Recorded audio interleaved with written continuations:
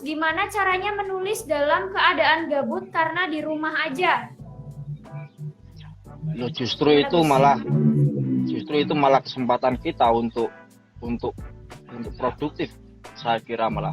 Biasanya itu kegiatan berjubel dan kita itu tidak bisa mengatur waktu, dan ini kita ini secara tidak langsung diberikan kesempatan untuk produktif di rumah saja, dari rumah.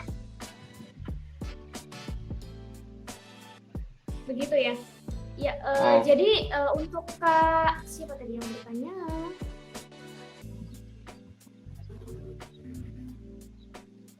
Untuk Kak Reski Rum, itu pertanyaannya sudah dijawab oleh Gus Usman. Ada pertanyaan lagi. Gus, ten Demak pun rame jenengan arep nikah tahun niki. Niku fakta nopo hoax, Gus? Monggo dijawab, Gus. Jadi untuk sahabat Ina ini artinya adalah pertanyaan menikah ya, pertanyaan untuk Gus Usman kapan menikah begitu. Ya, silakan Gus. ini kudu dijawab toh. Gimana Gus? Ini harus dijawab toh. Terserah ke Gus Usman aja. Boleh dijawab, boleh enggak? Oh, nikah karo ora iku sing penting ku syaratnya kalih sinten. Apa? Kali sinten? Iya, kalih sinten. Saya pikir Gus Usman itu orangnya sepaneng dan nggak mau bercanda loh Gus. Tapi setelah kita ngobrol ini ternyata Gus Usman ini lawak juga ya Gus ya? Ya, masalahnya apa ya, itu aku itu sebetulnya itu seneng guyon, Mbak. Karena dengan guyon itu yaitu memahami kasih sayang Tuhan ini begitu luas, husnudon terhadap Tuhan, Iya. bahwa semua itu baik-baik saja di dunia ini. Ya maka dibuat guyon aja. Asik berarti sebetulnya ya Gus ya? Gus Usman itu awet muda Iya. berarti kalau sembilan.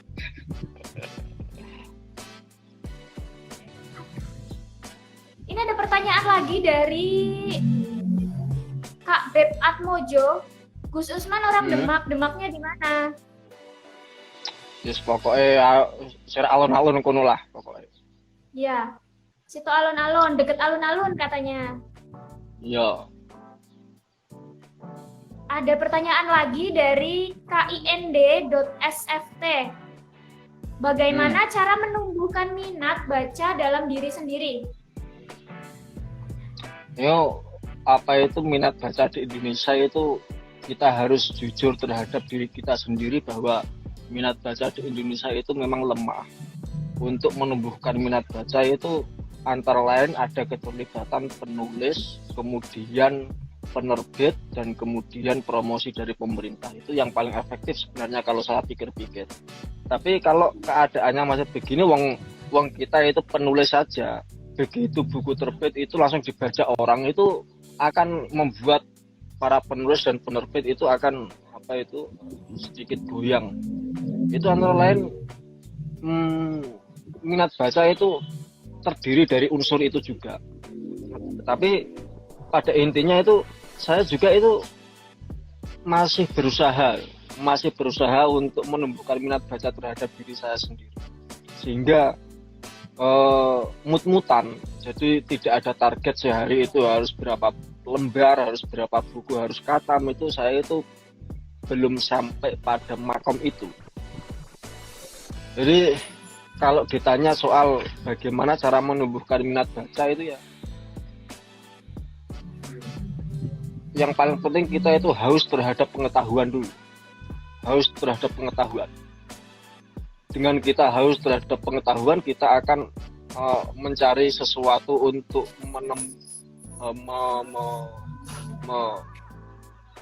biar kita gak dahaga terhadap pengetahuan. Kalau menurut saya itu haus terhadap pengetahuan. Oke, untuk Kak Linda Safitri, pertanyaannya sudah dijawab oleh Gus Usman ya. Jadi untuk menumbuhkan minat baca di dalam diri itu dengan kita itu memiliki rasa haus terhadap pengetahuan gitu. Semakin banyak kita memiliki keinginan untuk mengetahui segala sesuatu, semakin besar pula keinginan kita untuk membaca. Begitu ya Kak Linda Safitri? Pertanyaannya telah terjawab. Ini ada pertanyaan lagi dari Kak Nanang Saputra 63. Gus, gimana caranya menulis dalam... Oh, sudah dijawab, mohon maaf. Ini ada pertanyaan selanjutnya dari Kak Zuri Al-Mubarok. Apakah puisi itu ditulis dengan bahasa perasaan atau menggunakan keindahan sastra, Gus? Ya itu terdiri dua itu. Makanya puisi itu kan bahasa Arabnya syair. Syair itu asyukur, dimakna al-ikhsas, perasaan. Nah, perasaan itu jangan dibatasi definisinya cuma perasaan lawan jenis, itu sangat salah. Bahwa cinta itu bukan soal perasaan lawan jenis, tapi perasaan terhadap emosi itu juga termasuk perasaan. Kemudian galau itu juga perasaan, semangat itu juga perasaan, sedih itu juga perasaan, bahagia itu juga perasaan. Dan bagaimana kita itu mengolah kejadian menjadi senandung dialektika itu melalui banyak cara, antara lain melalui puisi. Kalau saya itu bidangnya itu di puisi. Basic pertama saya menulis itu puisi. Maka untuk mengekspresikan perasaan atau sesuatu yang ada dalam diri kita itu melalui puisi. Ada ini baru menyiapkan buku lagi, buku pertama saya yang tidak puisi, judulnya Anjang Sana. Jadi Anjang Sana itu juga membahas hal-hal keseharian yang saya alami. Seperti contoh itu, kenapa ya sejak 2014, sejak saya tuh punya buku pertama saya namanya Mantra Asmara, dan kemudian disusul dengan Kasmaran, dan terakhir Asmara Loka. Kenapa kok selalu ada unsur asmaranya? Padahal itu saya tidak merencanakan dan saya menyadarinya belakangan. Nah itu aku menulis itu di buku Anjang Sana, bahwa asmara itu bagi saya itu bukan cuma soal perasaan lawan jenis, tapi kemudian saya itu memakai menyerap ayat-ayat Al-Qur'an yang berbunyi ida asmaro itu. Ida asmaro itu artinya itu sesuatu yang membuahkan. Sesuatu yang membuahkan artinya itu bisa dimaknai sebagai pohon. Pohon yang sudah bisa berbuah artinya pohon itu sudah matang.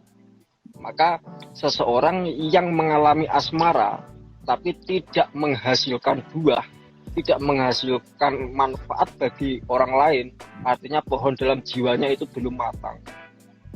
Itu saya tulis di buku Anjang Sana itu, ya otak adik gatok lah. Itu antara lain itu. Oke. Jadi Kak Zuri.Almubarok mungkin bisa membeli bukunya Gus Usman yang judulnya Anjang Sana, karena di sana dijelaskan mengenai keindahan sastra gitu.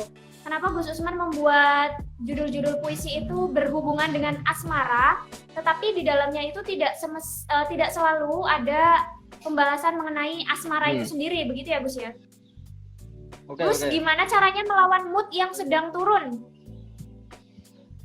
Kalau kamu itu penulis pemula itu dipaksa, jadi di depan komputer atau di depan laptop atau di depan buku itu kamu paksa untuk nunggu 5 menit, 10 menit, kamu target 10 menit harus tunggu, mood harus naik lagi. Tapi kalau kamu itu penulis yang sudah lumayan cukup banyak menulis, itu biasanya kalau saya sendiri itu saya gunakan untuk mengerjakan hal-hal lain di luar aktivitas menulis. Masalahnya mood itu kadang ya seperti itulah, seperti cinta itu, kita itu tidak bisa mengontrol kehadirannya, tiba-tiba datang gitu aja. Jadi kalau saya sendiri kehilangan mood itu aku langsung mencari hal lain yang saya kira itu bisa memantik moodku lagi. Ya kan bisa dengan masak, dengan nyuci piring, dengan nyapu halaman, itu kan bisa mengerjakan hal-hal lain di luar aktivitas menulis. Oke, jadi kita harus mungkin mencari kesibukan lain begitu ya Gus ya, untuk menumbuhkan kembali mood di dalam diri kita. Ada lagi nih Gus yang komen untuk Gus Usman sendiri nih, untuk Gus Usman pribadi. Dari Aisyah Amin 06. Gus, ampun nikah tahun niki. No Gus, ada yang nggak rela Gus Usman nikah tuh. Kaya arep ngragati aku wae lho, ngakon-ngakon gak nikah. Aduh, ternyata banyak juga ini fans Gus Usman yang sudah masuk. Aku pati Gus. Sakniki teng pundi Gus? Ning omah. Ini ada pertanyaan lagi masuk dari Kak Iqmal Sadewa _01. Rindu itu gimana menurut Gus Usman? Ya enggak gimana-gimana. Wong rindu gimana sih maksudnya? Ya rindu. Bagaimana kita akan menjelaskan rindu? Gimana ya? Pertanyaan gampang-gampang susah. Oke, pertanyaan selanjutnya dari Kak Yusril _TTBN. Bagaimana hubungan rindu dengan puisi, Gus?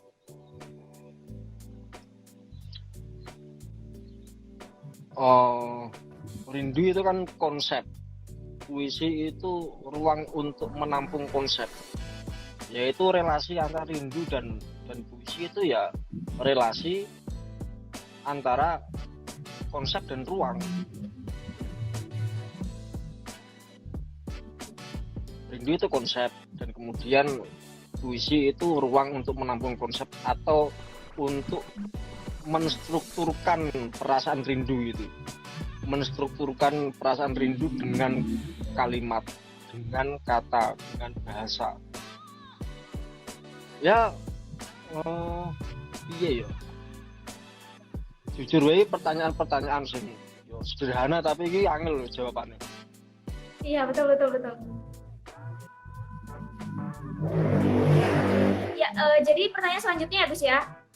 Apa inti dari puisi Gus dan bagaimana kita bisa menjiwai puisi? Nah aku ya, kalau saya ya inti dari puisi itu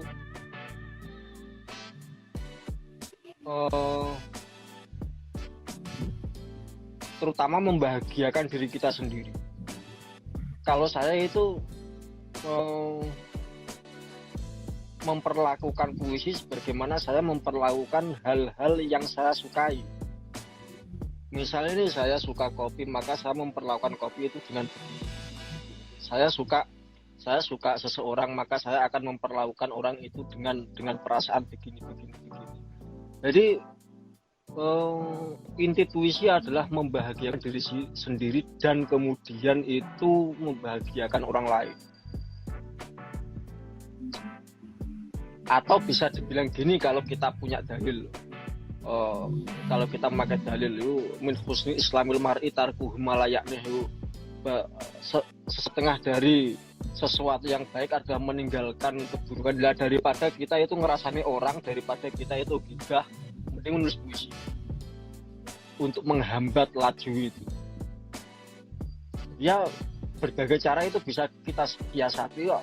Kalau tapi sebenarnya itu nggak ada patennya inti puisi menurut siapa dulu. Menurut juri lomba atau menurut dosen atau menurut praktisi atau menurut seniman atau menurut itu. Oke.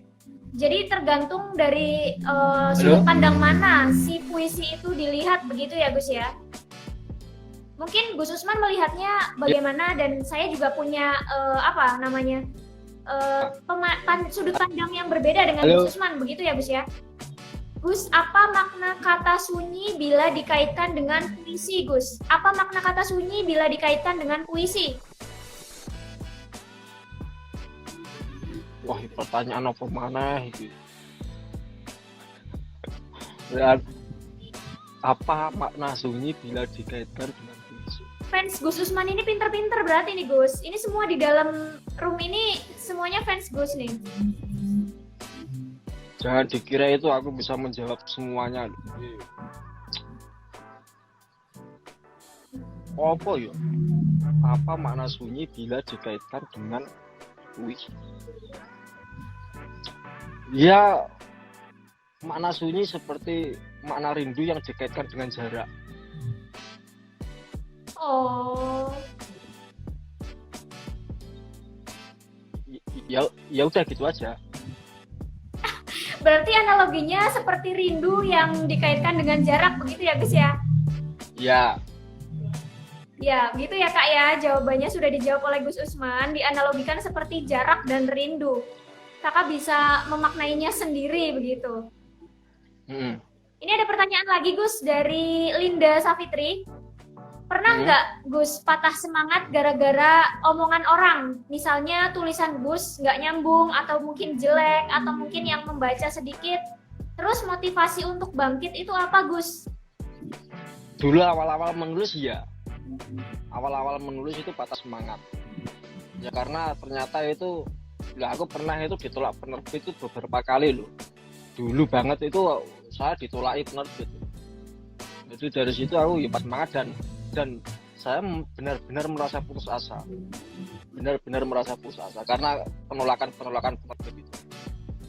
Tapi lambat laun waktu berjalan itu tahun 2014 ternyata itu ada seseorang yang dia itu menjadi pekerjaannya itu kontraktor bangunan itu loh, kontraktor bangunan, kemudian mau mendanai puisi saya untuk diterbitkan. Kan nggak nyambung ini, kontraktor bangunan tapi Oke, kita lanjut ke pertanyaan selanjutnya ya Gus ya. Gus izin bertanya, kalau hobi kita nulis tapi tidak didukung oleh orang tua, gimana Gus? Dilanjutkan nulis atau tidak? Lah emangnya saya ini didukung oleh orang tua? Saya itu tiap kali habis menerbitkan buku itu, adik-adik saya, terutama ibu saya itu nggak ada mengapresiasi. Ketika ada orang itu misalnya itu ya ngefans saya dan kemudian bilang ke ibu saya, alah gitu aja Deveni. Ya, itu kan nggak ada dukungan dari orang tua. Tapi tujuan utama dari menulis itu bukan untuk itu. Tujuan menulis terutama itu untuk mengkomunikasikan perasaan kita. Paling utama itu untuk mengkomunikasikan perasaan kita. Jadi entah itu didukung atau tidak, itu nggak ada kaitannya dengan proses kreatif menulis kita. Nggak ada hubungannya. Oke, berarti walaupun nggak direstui atau nggak didukung orang tua, lanjut aja gitu Gus, nulis aja gitu. Ya nulis itu kan nggak harus didukung oleh orang tua. Banyak sekali orang yang menulis diari itu tanpa pengetahuan orang tuanya. Menulis itu kan bukan cuma soal menulis buku loh, tapi menulis itu terutama untuk mengkomunikasikan perasaan kita. Entah itu diterbitkan atau enggak itu kan urusan lain. Iya, betul. Jadi ya Kak Liani LYN _ menulis dengan dilarang atau tidaknya sama orang tua itu tidak ada hubungannya ya Kak ya. Jadi kita harus tetap menulis gitu selama kita itu menulis dalam koridor yang positif begitu. Tidak keluar dari koridor yang positif begitu ya Gus ya. Sebetulnya saya juga masih mau membacakan pertanyaan dari sahabat Ina nih untuk Gus Usman, tapi karena sinyal Gus Usman sepertinya terganggu, jadi kita harus menyudahi Rupa Rupi kali ini. Sahabat Ina bisa bergabung di Rupa Rupi minggu depan bersama narasumber yang masih dirahasiakan. Ya, jangan lupa juga follow Instagram @inspirasipena_id dan juga @inspirasipena_official_store. Apabila seluruh sahabat Ina dimanapun berada membutuhkan merchandise atau barang-barang yang berhubungan dengan Inspirasi Pena, bisa di-follow di Instagramnya @inspirasipena_official_store karena video ini akan di-upload ke YouTube. Maka dari itu nanti saya kasih linknya di kolom description box. Dan jangan lupa juga untuk subscribe YouTube dari Inspirasi Pena di Inspirasi Pena. Jangan bosan-bosan untuk bertemu dengan saya, kembali lagi bersama saya Dayu, ketemu lagi dengan muka saya Dayu, jangan pernah bosan. Terakhir, saya bacain komentar dari Kak Lok Kenal Cinta _27. Benar Gus, fans jenengan hadir. Ini banyak fansnya Gus Usman yang hadir dan dari Kak Lo Kenal Cinta _27. Kakaknya manis kalau senyum bikin meleleh. Oke, makasih.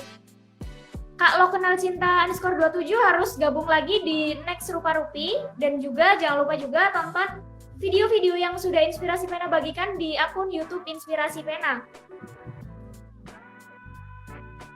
Oke, mungkin saya tutup sekarang live session untuk hari ini di segmen Rupa Rupi, yaitu ruang inspirasi dan ruang inspirasi, ruang untuk berbagi rasa dan berbagi inspirasi bersama sastrawan Indonesia dari Inspirasi Mana. Selamat sore, wassalamualaikum warahmatullahi wabarakatuh. Sampai ketemu di video selanjutnya.